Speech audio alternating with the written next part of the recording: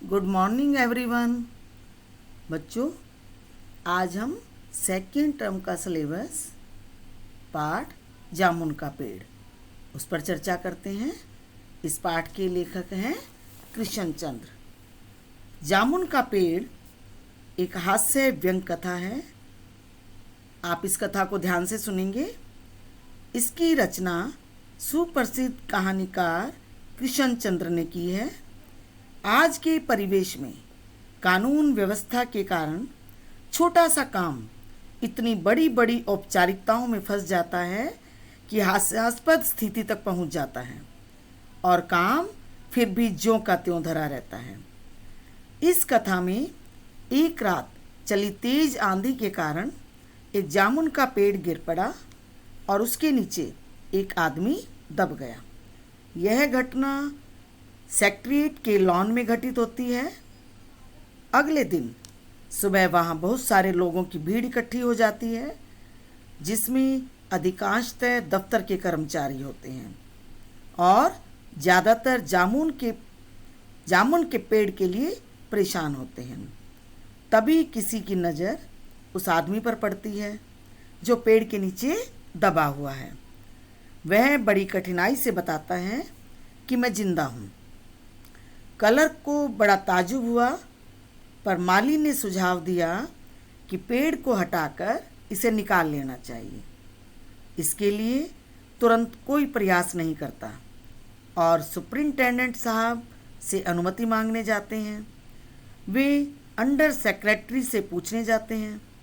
Under secretary chief secretary से पूछता है और वह मिनिस्टर से पूछता है। मिनिस्टर के पास फाइल पहुंचती है तो मामला कृषि विभाग, व्यापार विभाग के बीच उलझ जाता है। पेड़ फलदार है, इसलिए हॉर्टिकल्चर और एग्रीकल्चर डिपार्टमेंट के बीच भी उलझन होती है। करते करते कई दिन बीत जाते हैं।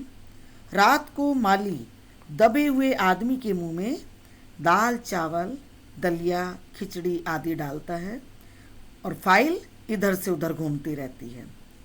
मिनिस्टर ने कहा, यह पेड़ तो अमुक देश के मिनिस्टर ने लगाया था, इसलिए यदि पेड़ काटकर आदमी को हटाया गया तो हमारे उस देश के साथ संबंध टूट जाएंगे। अतः आदमी को काटकर निकाल लो।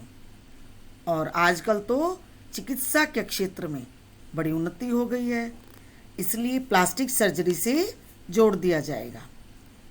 अब डॉक्टरों की टीम दबे हुए आदमी की जांच करने पहुंचती है और जांच करके बताती है कि यह संभव नहीं है।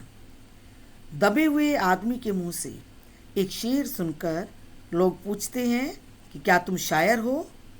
तभी पता लगता है कि वह ओस के फूल नामक किताब का लेखक है।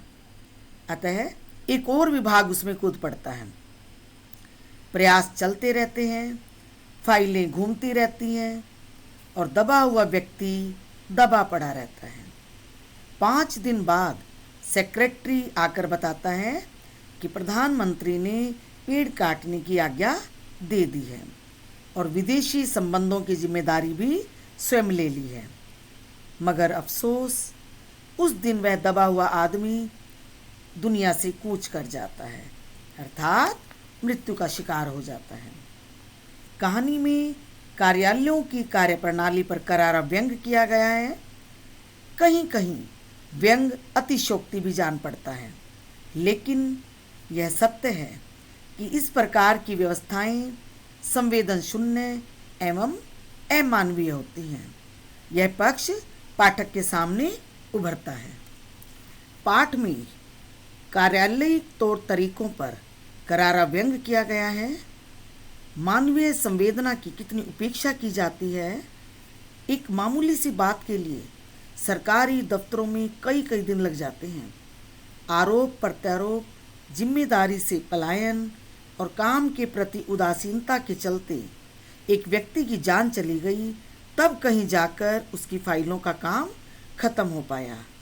यदि पहले ही निर्णय किया गया होता तो बेचारा दबा हुआ आदमी बच जाता, लेकिन सरकारी दफ्तरों की लचर नीति ने उसकी जान ले ली। बच्चों, आज का होमवर्क है कि आप पाठ की रीडिंग करेंगे और समरी याद करेंगे। क्वेश्चन आंसर अगली वीडियो में। Thank you.